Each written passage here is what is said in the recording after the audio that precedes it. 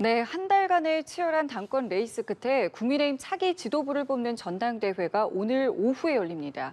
예상보다 낮은 전대 투표율에 후보들은 저마다 자신들의 승리를 강조하고 있습니다. 네, 한편 김건희 여사 비공개 소환 조사를 둘러싼 논란도 이어지고 있는데요. 관련 내용 포함한 정치권 이슈들 윤기찬 국민의힘 법률위 부위원장, 박성민 전 더불어민주당 최고위원과 함께 짚어보겠습니다. 두 분 어서 오십시오. 안녕하십니까?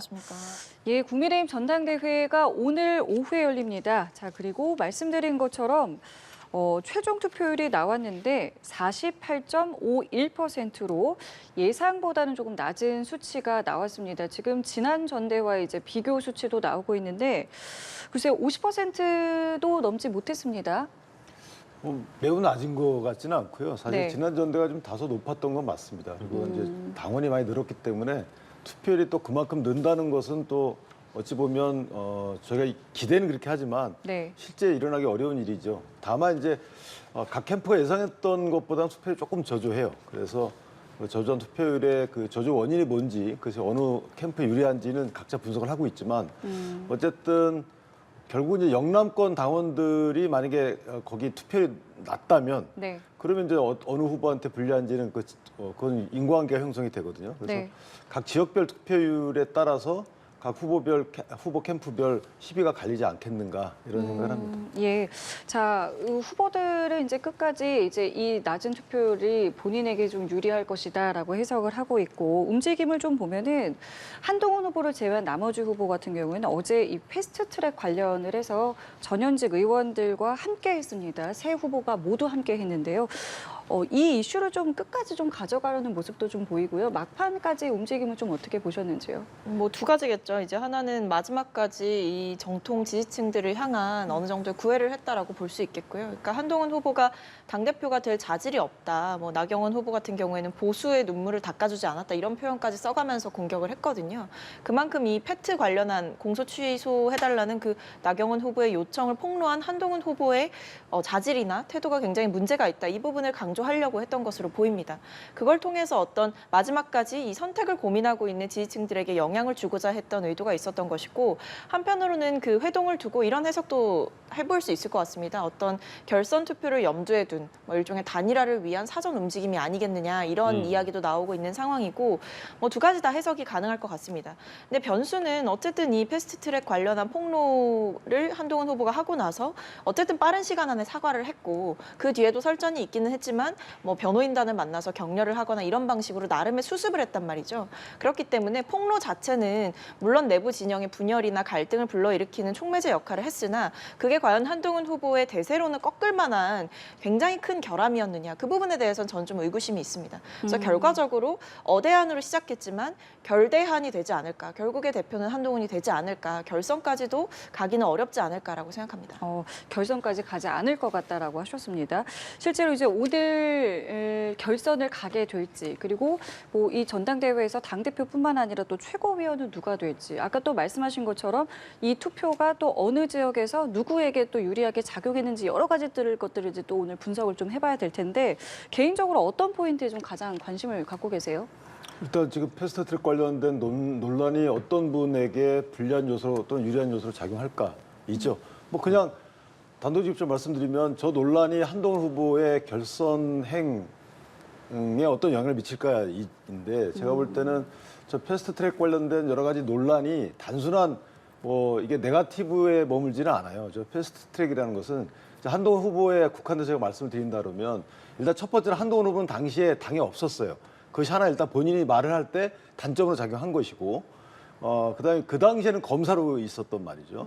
그러니까 이제 민감한 그 어떻게 보면 기소 주체, 기소의 당사자는 아니었지만 기소하는 검찰 쪽에 있었기 때문에 당원들이 보는 시선이 좀 민감하게 보는 시선이 하나 있는 것이고 두 번째는 저 당시에 저것은 사실 지금에 보면 악법이라고 제가 평가하는 것들이 그 예전 평가 맞았다라고 평가받는 공직선거법 그리고 이제 공수처법 그리고 또 하나가 검경 수사권 분리입니다. 이 검경 수사권 분리를 위해서 사실은 이제 그 당시 자유한국당이 국회의원 배지를 걸고 국회 선진화법 위반이 되면 국회의원 배지가 띄어집니다. 500만 원 이상 선고를 받게 되면 피선거권이 5년 이상 박탈이 되거든요. 그러니까 저게 그 당시에 몸을 던진 사람들은 어찌 보면 저게 뭐 그냥 일상적으로 한 게 아니에요. 본인들의 정책을 걸고 한 거기 때문에 그런 인식이 그 당시에 강했어요.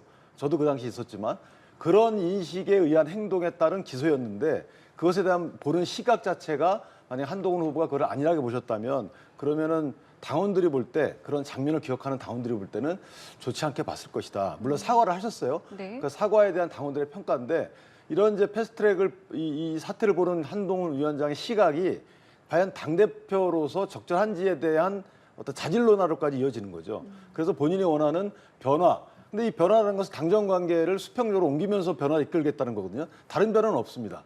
거기에 따른 혼란. 그다음에 본인의 미래를 얘기했습니다. 그럼 그 미래가 과연 당의 미래냐 아니면 본인의 정치적 미래냐 이런 것들에 대한 당원들의 판단이 따르는 거죠. 마찬가지입니다. 나경원 의원에 대해서도 이 나경원 의원이 제기한 것이 본인만 빼달라고 당원들이 인식에 따르면 악영향이겠죠. 나경원 의원이 얘기했듯이 이게 우리 전체적인 문제 제기를 한 것이다라고 평가받는다면 그것은 악영향으로 작용하지 않겠죠.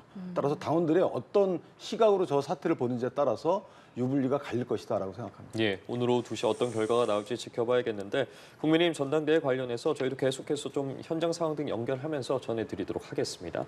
이번에 민주당 전당대회 이야기로 좀 넘어가 보도록 하겠습니다. 이재명 후보의 누적 득표율이 90%를 넘어섰습니다. 이런 가운데 김두관 후보가 자신의 SNS에 좀 올린 글이 논란이 되고 있어요. SNS에 이제 친명 지지층을 좀 집단 쓰레기라고 강하게 발언을 했는데 논란이 되자 김 후보 측은 이제 메시지팀의 실수였다. 해당 문구 삭제하고 담당자를 해임했습니다. 이 상황은 좀 어떻게 보셨습니까? 그러니까 뭐 일단은 이 김두관 후보 측에서는 후보와의 소통이 제대로 되지 않아서 오해 때문에 생긴 일이다. 그래서 이제 글도 내리고 뭐 심지어는 그 메시지 담당자를 뭐 해임했다. 이제 캠프에 없다. 이렇게까지 강경한 입장을 내놓은 상황이기 때문에 여기에 대해서 뭐 이게 김두관 후보의 의지였다. 그런데 논란이 되니까 뭐 갑자기 이렇게 꼬리 자르기를 했다. 이렇게 보기는 좀 어려울 것 같고요. 어쨌든 후보 입장에서도 뭐 지금 전당대회 상황에 대해서 여러 가지 할 말은 있지만 그것이 이렇게 좀 과격한 방식의 표현을 하려던 건 아니었다라는 의지가 충분히 표명이 됐다라고 봅니다. 그래서 물론 이런 설화가 있었던 거는 개인적으로 좀 아쉬운 일이지만 어쨌든 뭐 캠프 담당자의 실수였다, 실수로 업로드된 글이었다 이렇게 얘기를 했기 때문에 여기에 대해서 더 부차적인 해석을 붙이는 거는 적절치 않은 상황이다 이렇게 보입니다. 예, 당대표 후보의 설화를 비롯해서 지금 뭐 어쨌든 최고위원 선거까지 민주당 내에서도 여러 관심 포인트들이 나오고 있거든요. 최고위원 선거 살펴보면 원외인 정봉주 후보가 좀 유일하게 누적 득표율 20%를 넘어서서 선두를 달리고 있습니다. 지금 전체적인 상황은 좀 어떻게 보고 계십니까? 일단 정봉주 의원의 선전은 연설을 되게 잘하시더라고요. 제가 보니까. 그리고 이제 감정선에 호소를 하고 있어요. 그 본인이 이제 원외를 30년 이상 했기 때문에 원외 입장을 잘 안다. 그러니까 어찌 보면 정봉주 의원이 가장 가까이 있는 강북을 공천을 받았었잖아요. 경선에서 이겼는데 이제 공천 취소가 됐기 때문에 거기에 대한 동정표가 좀 어느 정도 있는 것 같고요. 나머지 분들은 의원분들이 많아요. 그러니까 당신들은 국회의원 당선됐으니까 이분은 최고위원을 시켜주자 이런 어떤 당원들의 미안함, 동정표가 작용을 하는 것 같고 그다음에 이제 말씀이 되게 강성이죠. 굉장히 강하기 때문에 이제 뇌리에 남습니다. 그런 것들에 의한 이제 득표 요인이 작용한 것 같고 다만 정봉주 의원이 최고위원, 특히 수석 최고위원 지금 이 상태를 유지한다면 수석이 되겠는데 예. 수석 최고위원으로 들어왔을 때 과연 어떤 이미지나 어떤 역할을 할 것인가에 대해서는 아직까지 당원들이 거기에 대한 판단까지는 안 간 것 같아요. 왜냐하면 지금 이렇게 나름 몰아줬는데 보니까 다 몰아주네? 수석까지 되겠네? 수석 되면 좀 곤란하지. 이렇게 될 가능성도 없지 않아 있다는 거죠. 그래서 표심을 확인한 이후에 행동이 이제 뒤따르게 되는데 그 행동에 따라서 보정이 될 수도 있다 이렇게 생각을 하고요. 그러니까 김두관 의원도 마찬가지입니다. 김두관 대표 후보도 본인이 보정을 한 거죠. 이념 논쟁을 했는데 이게 먹히지 않거든요. 그러니까 우리 정체성 얘기를 해도 이 추상적이라 먹히지 않습니다. 당원들이 이미 정체성에 대해서는 크게 신경 안 쓰고 있는 상황이기 때문에 그러면 이제 갈등 구도를 전선을 넓히는 거죠. 그래서 좀 시끄러운 전대를 해서 본인이 이제 두각을 나타내고자 하는 건데 지켜봐야 될 것 같습니다. 그 이재명 후보 같은 경우에는 김민석 후보를 이제 사실상 지원을 하고 있는 모양새인데 이게 당심으로 연결이 이제 되지 않는 부분에 대해서 사실 좀 관심이 있고 그리고 이재명 후보의 이제 개인 유튜브에 김민석 후보가 이제 출연을 한 부분도 있습니다. 물론 이 이후에 이제 다른 후보들도 연이어서 이제 출연을 하긴 했습니다만은 이게 당심으로 좀 연결되지 않는 부분에 대해서 어떻게 좀 분석하고 계세요? 일단은 이게 개인적인 이 이재명 대표께서 후보 개개인에 대해서 갖는 평가를 당원들이 뭐 완벽하게 알 수는 없는 것일 거고요. 그리고 이게 당원 전당대회도 해보면 과연 이 권력자의 입김에 따라서 어떤 조직적인 투표가 이루어지느냐 사실 그 부분도 한계가 있다라고 지적이 되는 것 같습니다. 예를 들면 뭐 정봉주 후보 같은 경우에 이재명 전 대표께서 뭐 특별히 그분을 지지하거나 어떤 표를 몰아달라 이렇게 얘기한 적이 전혀 없는 분이거든요.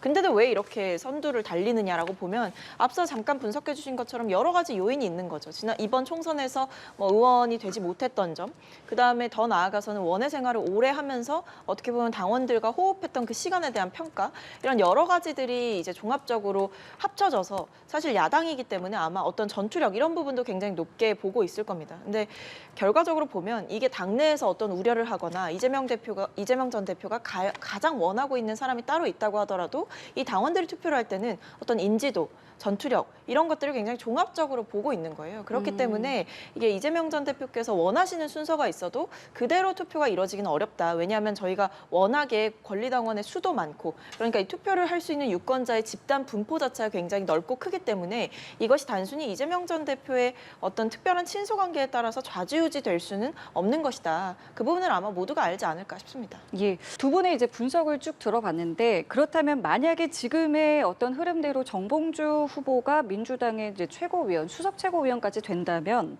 글쎄요, 지금 이재명 후보 같은 경우는 먹사니즘을 좀 강조하는 이기를 좀 구상하고 있는 것 같은데 말씀하신 것처럼 이제 그 조화, 이미지와 역할에 대해서 글쎄 좀 한계가 있지 않겠느냐 이런 우려들도 좀 나오고 있습니다. 저는 정봉주 전 의원이 수석 최고위원까지로 가지는 않을 거예요.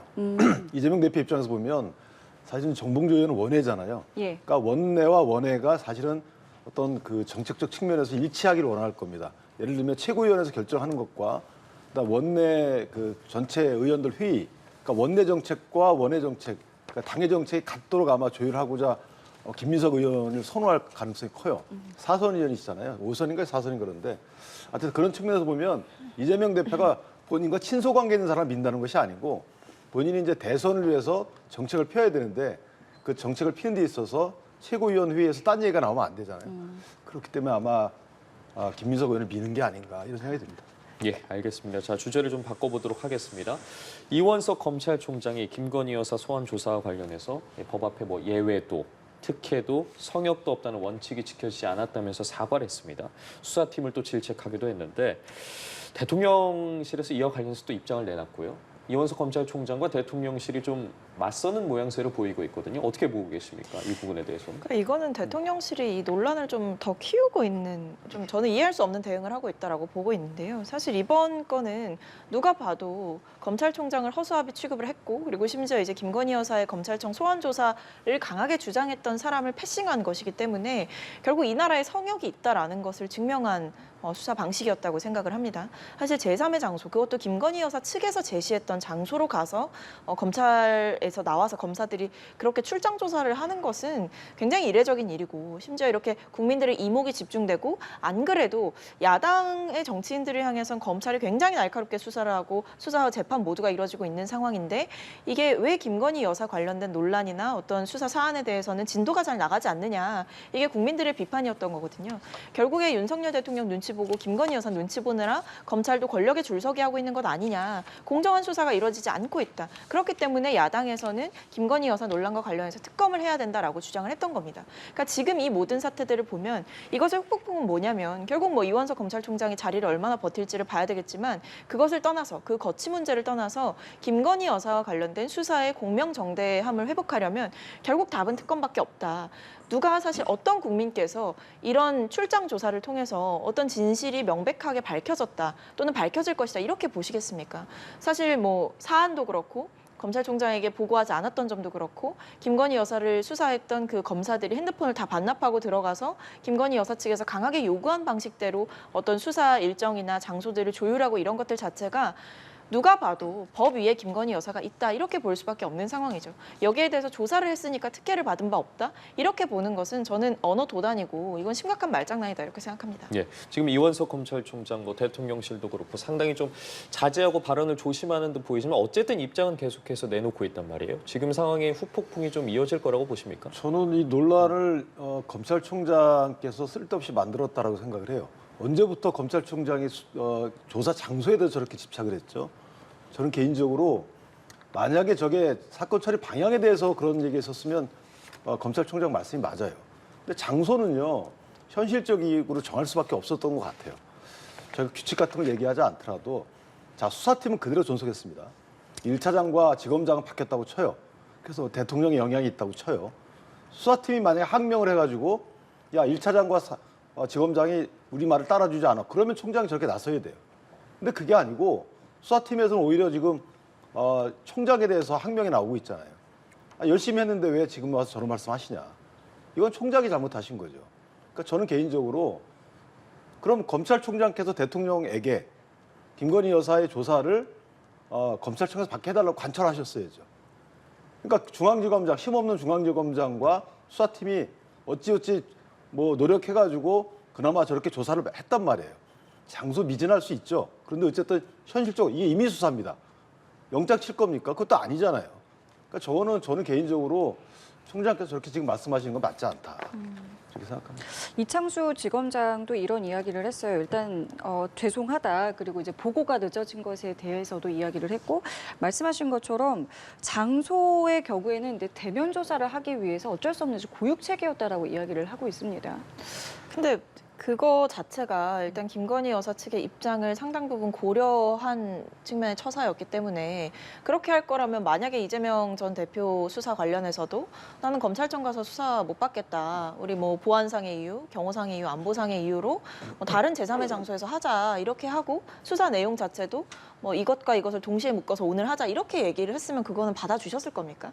그러니까 이게 김건희 여사한테 뭐 이런 부분까지 양해할 수 있었던 거 아니냐라고 말씀하실 거면 다른 모든 정치인들 특히 서열 높은 권력 지도자의 위치에 있는 정치인들에게는 다 비슷한 것들을 적용을 해야 되는 거예요. 근데 과거 사례만 보더라도 뭐 완벽하게 똑같지는 않지만 대통령의 가족들의 경우에 모두 이제 검찰 청사로 불렀고 포토라인도 사실은 피하지 못했던 게 현실이었습니다.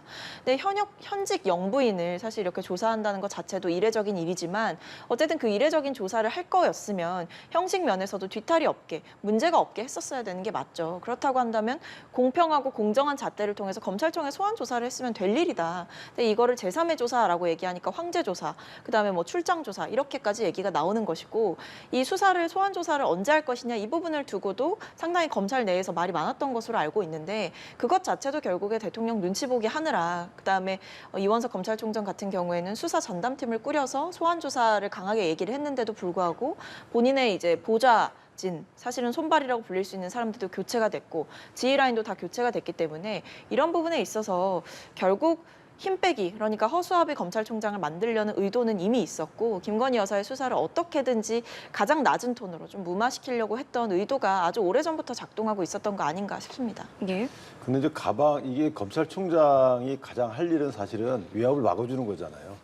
그러면 지금 이제 저는 개인적으로 이걸 이창수 지검장과 그다음에 1사차장 그리고 수사팀의 책임을 전가하면 일단 안 돼요. 기본적으로 검찰 내부에서는 왜 총장의 책임인 거예요.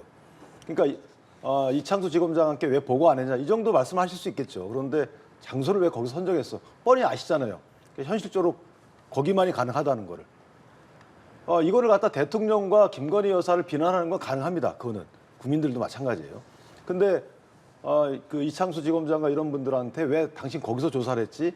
왜 관철 못 시켰어? 아니 본인도 관철 못 시키시면서 어떻게 그걸 얘와 지검장하고 1, 4차장, 나중에 부장검사 등에게 그 질책을 하겠습니까? 그건 잘못된 거고요. 저는 질책은 사실은 대통령을 향해서 한 거라고 보여지는데 어쨌든 현실적으로 조사를 했어요. 그리고 보고도 마찬가지로 저는 구도보고 정도는 해야 된다고 생각합니다. 그러니까 공식적으로 보고하면 안 된다고 하더라도 구도보고 정도를 하는 것이 맞다고 보는데 아마 여러 가지 이유 때문에 못한 것 같아요. 그리고 또 하나는 제일 중요한 거는 사건 처리 과정에서 검찰총장이 배제가 안 되면 되는 거예요. 그러니까 지금 도이치모터 사건 같은 경우에 처리 과정에서도 배제가 돼 있죠. 그건 배제가 돼야 되는 겁니다. 그러니까 검찰총장의 의견을 듣거나 결재를 맡으면 안 돼요. 무혐의 기소 여부를 결정할 때. 그런데 백 사건 같은 경우에는 검찰총장의 사전 결재를 맡아야죠. 여기서 배제가 됐다면 총장께서 저렇게 화내시는 게 이해가 되는데 아니 장소를 어떻게 결정했는지에 따라서 특혜를 입었다 규정하시고 진상조사도 하기 전에 그다음에 원칙에 위배됐다 비난하시고 글쎄요 어떻게 이렇게 먼저 말씀하시죠? 원래는 진상조사를 한 이후에 입장을 밝히겠다고 하는 게 맞는 거 아닙니까? 그러면 왜 이렇게 됐는지에 대해서 먼저 파악을 하시고 그 파악하는 과정에서 예를 들면 아까 제가 말씀드린 대로 부장검사 등 수사팀이 이거 안 됩니다라고 했는데도 불구하고 1차장, 4차장 그리고 지금 중앙지검장이 해라고 했다면 그럼 저렇게 말씀하셔도 돼요. 근데 수사팀이 이거 이렇게 해야 됩니다라고 해서 아무 문제 없다 그러면 이건 총장이 문제가 되는 거예요. 그러니까 저는 개인적으로 수사팀의 의견을 먼저 들어봤어야 되는 게 아닌가, 총장께서. 그 다음에 입장을 밝혔어야죠. 알겠습니다. 예, 알겠습니다. 이번엔 여야 대치 상황 좀 살펴보도록 하겠습니다. 국민통일청원이 지금 여야 정쟁의 진원지가 되고 있습니다. 앞서 윤 대통령 탄핵청원 청문회 시작으로 이번엔 정청래 법사위원장 해임 요청 청원이 5만 명 이상의 동의를 얻었거든요. 그러니까 뭐 이거에 대해서 이제 정청래 의원 같은 경우에도 뭐 지켜봐달라, 그러니까 처리하겠다 이렇게 이야기를 하셨는데 이게 결국에 이 탄핵청원 청문회를 어떻게 보면 물타기 하기 위한 일종의 계속해서 청원들이 올라오고 있는 거 아니냐 이런 생각이 들게끔 하는 국면이죠. 뭐 이렇게 지금 뭐 민주당을 공격하고 특정 민주당의 정치인을 공격하는 청원이 올라오면 이제 얼마 지나지 않아서 또 뭐 국민의힘 정치인과 관련된 내용들도 계속해서 올라올 거라고 저는 생각을 합니다.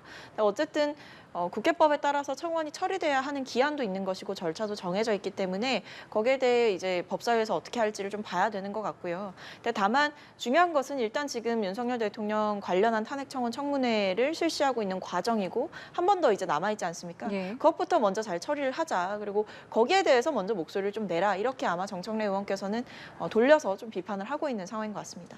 예. 저거 이제 다 청문회 해야죠, 그렇게 되면. 근데 사실은 저는 개인적으로 전체 다 옳지 않다고 봐요. 그리고 또 하나는 저희가 봐야 될 것이 정청래 의원 제명 청원 이런 건 중요하지 않다고 봅니다. 민주당이 제명하겠습니까? 그런 게 중요한 게 아니고 일반 국민들이 올린 청원들을 심사해야죠. 진짜 청원들이요. 예를 들면은 지금 이 자동차 급발진에 대해서 입증 책임을 전환해라.